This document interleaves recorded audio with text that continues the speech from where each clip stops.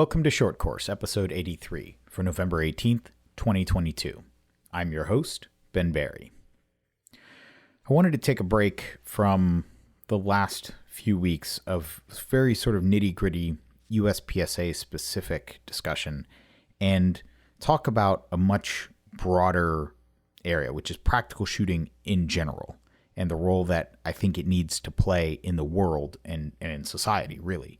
And I know this sounds sweeping, but follow me on this. I've got a number of areas we're going to talk about, but the general idea here is, yes, it's fun to argue about the very niche rules of USPSA. We need to get those things right, but we can't lose sight of the larger goal and the larger purposes that practical shooting. And when I say that, I don't just mean USPSA. I mean IDPA and Steel Challenge and 3-gun and 2-gun and PCSL and any form of shooting competition where both speed and accuracy are being measured and your score is a result of both, where we're not talking about bullseye, although there's value in that. I think obviously there's a huge amount of technological development coming out of things like PRS, and obviously bench rest is completely impractical, but they've been finding out all kinds of things about applied external ballistics for decades. So all of those are relevant. But what I really want to focus on is practical shooting. And like I said, that means IDPA, USPSA, things that have not even been invented yet, potentially, but things that actually give you something to do with your gun beyond just looking at it and punching holes in paper with no time limit. So I've got 5 things that I want to go over that are different areas that practical shooting relates to society and reasons that we really need it to be healthy and we need it to grow, because at the size it's at, it's not doing all of these things as well as they could be. And so we'll start with concealed carry, which is where a lot of us get into the sport and the hobby, which is you get your carry permit, you get a gun, and then you say to yourself, well, just going to the square range doesn't have the kind of time pressure. It doesn't build the kind of skill that you probably would want to have if you were in some kind of shooting where you had to draw and use your gun. And classes are nice, but they're rare and they're expensive. And so you look around and you find an IDPA match near you that's $20, and you go out and you shoot it and your eyes are opened. And this is one of the things that I think practical shooting should be doing and needs to be doing, and to some degree is doing. I think this is one where we're doing okay.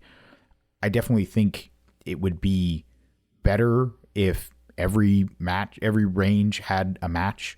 In terms of getting the message out and making practical shooting, whether it's an outlaw match, whether it's IDPA, whether it's USPSA, everybody who has a concealed carry permit should have access to ideally more than one match that they could go shoot. So there are these opportunities to have your eyes opened to how good you may or may not be, get a chance to be put under a little bit of time pressure, and get a chance to practice. And ideally, what you would do at the match would you then take home and take into your own practice. But for a lot of people, a match is the only time they touch a gun all month, aside from putting the holster on and off with the gun in it. So even for those folks, just having a once a month check-in where they can go and shoot 6, 12 round IDPA stages, it's better than nothing.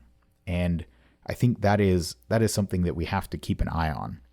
We need, if concealed carry is going to be more than just people buying a gun and putting it on their bedside, if it's actually going to be something where people aren't just carrying the guns, but they're proficient in using them, they need to have some kind of regular check-in, some kind of scheduled event where they can actually get that check. They can actually get that practice and that reminder, hey, this is how it works.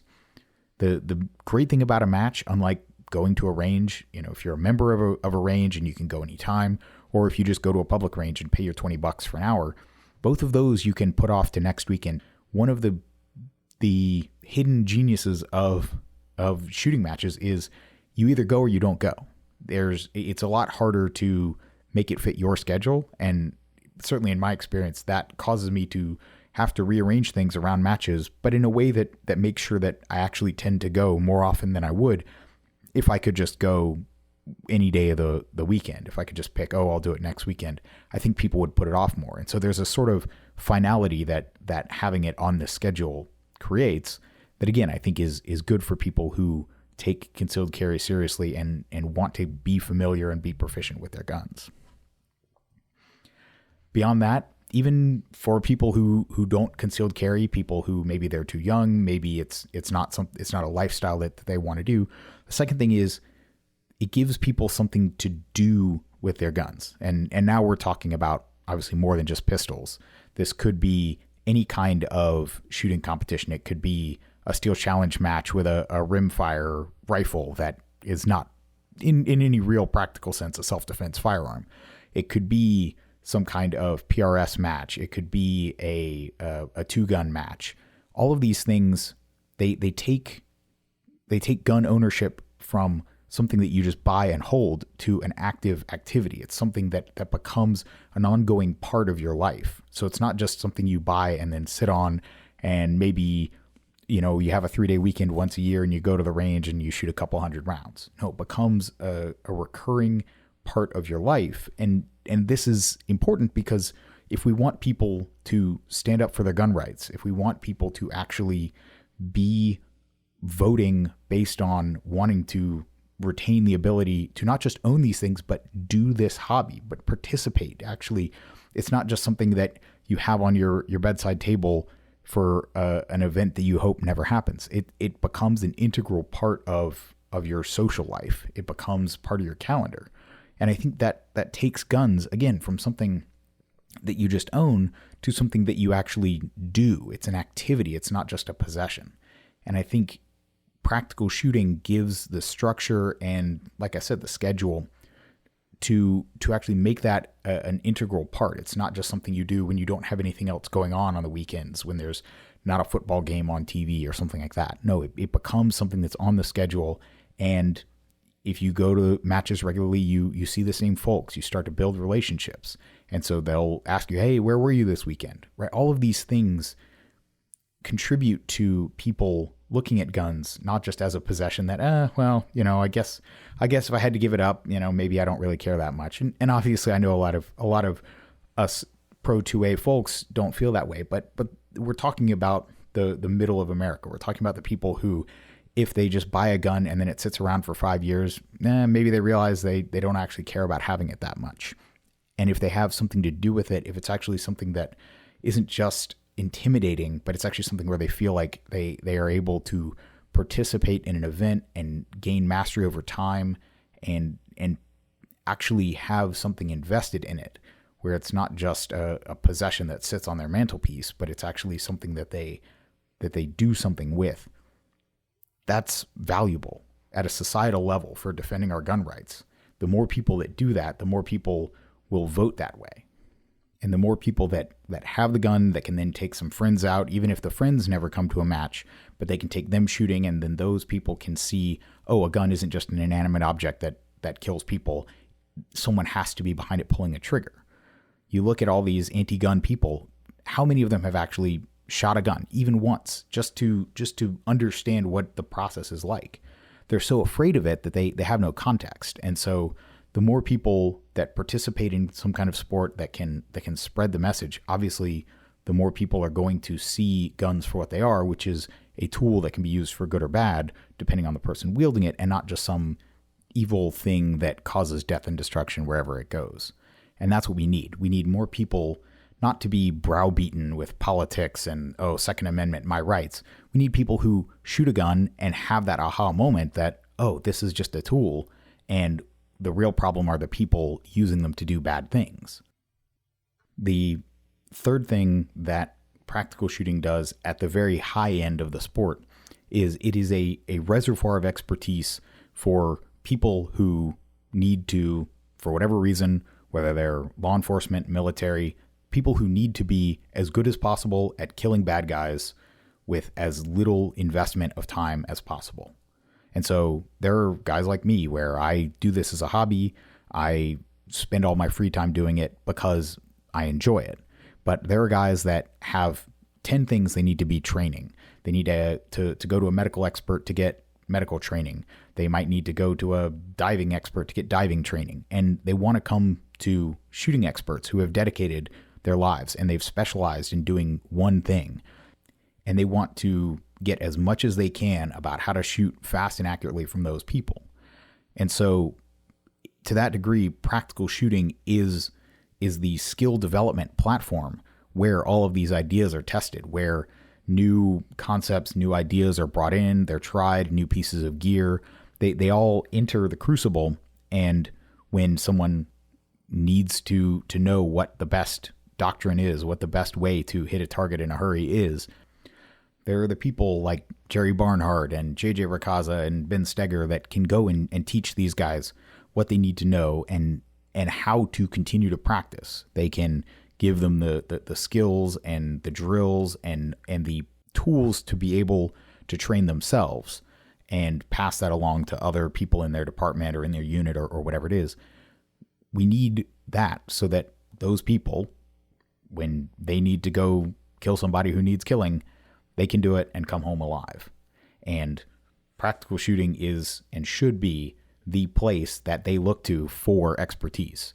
We don't want to become such a abstract, rarefied version of shooting that we aren't seen as something that actually has that practical value. And again, this has to do with pistols. This has to do with shooting rifles fast and accurately. This has to do with PRS.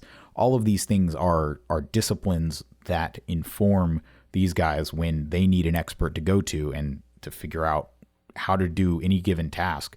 They find someone who does it 52 weekends a year for fun, and they've invested their life in it, and they may never use these skills, but they can pass it along to someone that does need them.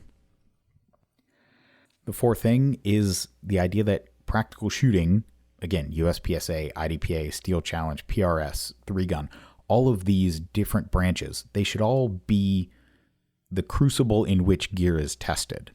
And I'm thinking specifically of USPSA in this context, that it should be seen. We want it to be seen as the place where it's not just all finicky race guns that choke all the time. Sure, there are those guys that are the at-home gunsmiths, or they didn't tune their mags right. There are those guys that are always having jams. But if you really look at the people at the high level who are winning national championships, their gear has to run.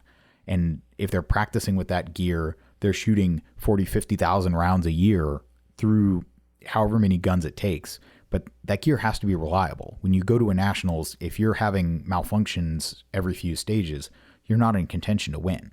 And so this idea that these race guns are these fragile things that puke all the time, again, there are some of those, but not most of them. And we want the sport to both be the crucible where manufacturers bring gear and let it get tested.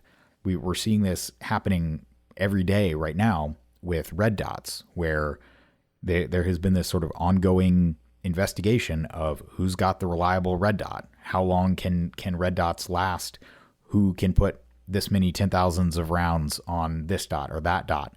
And this reputation is growing and evolving every day as people put more rounds on their gear, see more failures, try different configurations. Some people say having it mounted directly to the slide causes more wear. Some people, there's now these theories about having it on a plate actually helps the dot to not get as much shock as it moves back and forth. I don't know. We don't know. But everybody in the sport is slowly trying all these experiments, and over time we will triangulate on what people find to be the thing that works the best. And then people who just want to buy that thing, maybe they put a few hundred rounds through it, but then they want to be able to trust their life to it. They can use that expertise. We can actually inform them. And then there's this synergistic reputation where ideally we want to be seen by manufacturers as the place that they go to be battle proven. They want, maybe, you have some tactical guys with beards and battle belts that shoot your gear, and that makes great Instagram marketing. But if you can have somebody say, I just won a national championship with this Canic, or I just won, 3 or 4 of them, however many Nils won this year. That's the kind of thing that we should strive to be.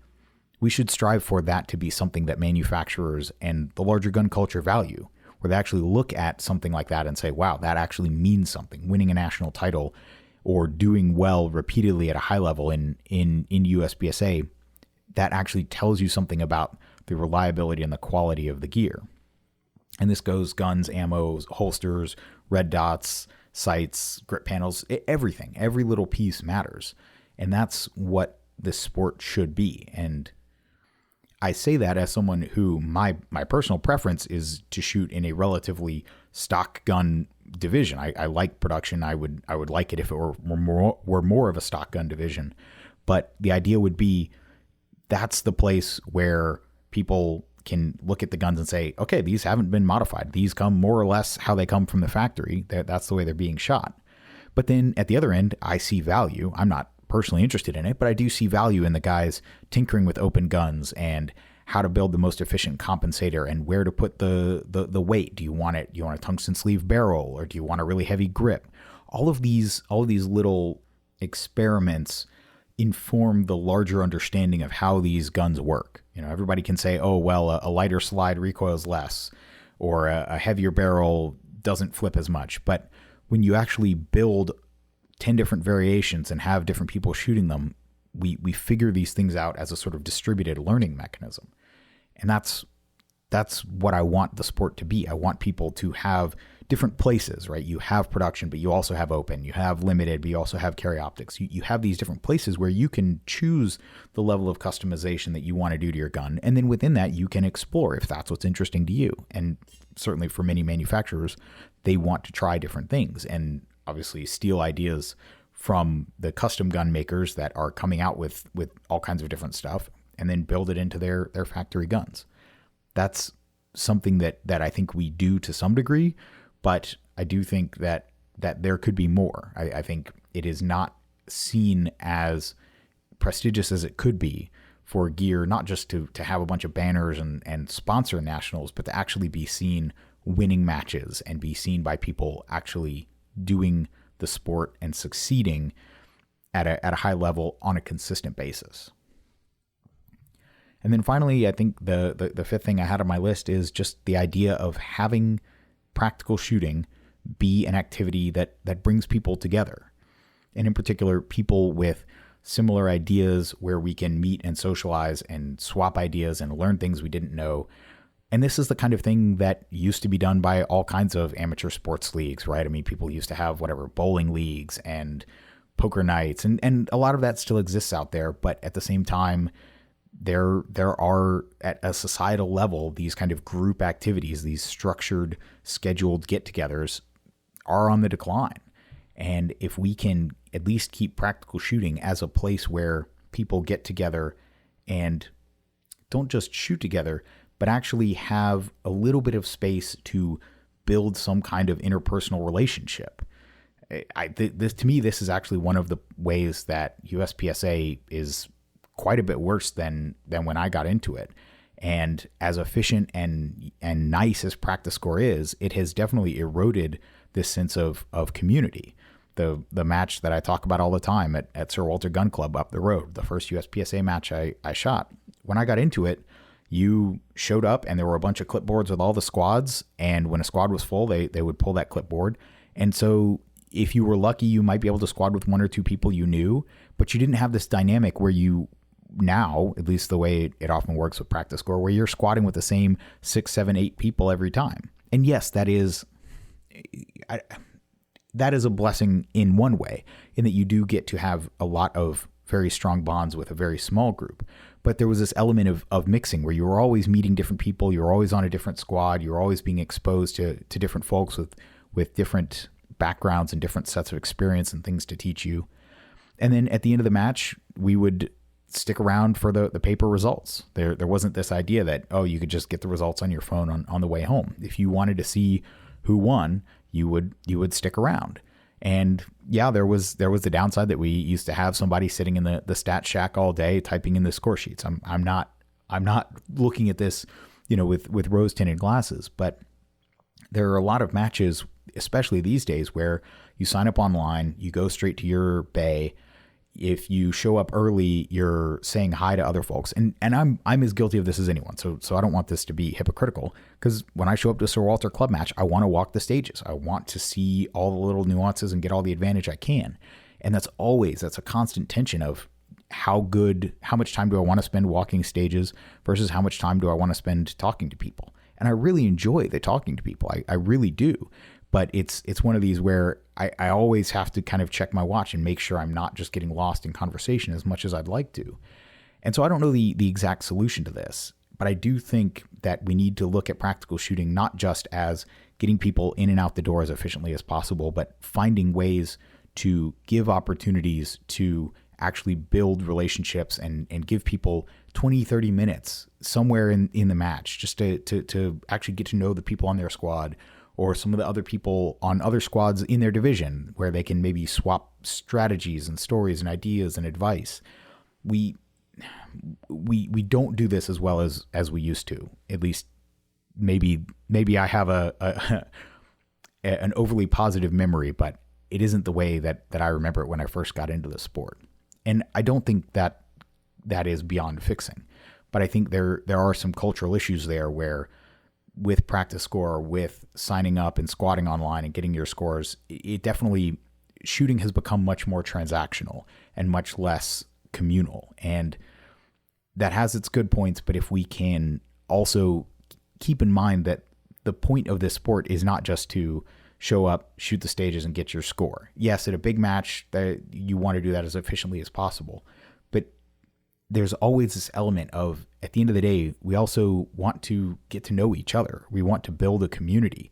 And maybe you meet some folks and you actually have them over to your house for a barbecue or something like that. And I know there are places around the country, and I know people listening to this have had that experience and made those friends. I'm not saying it doesn't happen, but I'm just saying the way the sport is structured, particularly USPSA, the way it's structured right now is not as conducive as it could be to that.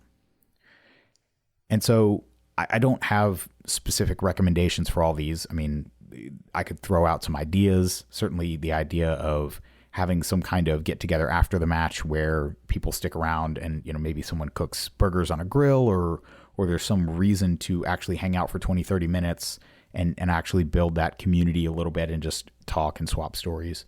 There are ways to address this, but I really think that it's easy to get really lost, especially with everything going on with the board and the minutes and the rules and the elections, and really forget that practical shooting is more than just getting really, really good at scoring the rules as they're written and making little tweaks. That I really see it as something that fills a vital niche in our society and could actually do a lot more good if it were a lot bigger, if there were a lot more people involved. And I'm not just talking about doubling the number of squads at your local match, but actually scaling up the number of matches, getting more people involved, not just in shooting, but in running matches. And if it were to the point where every gun owner in the country had the opportunity to shoot some kind of practical shooting match more often, I think more people would.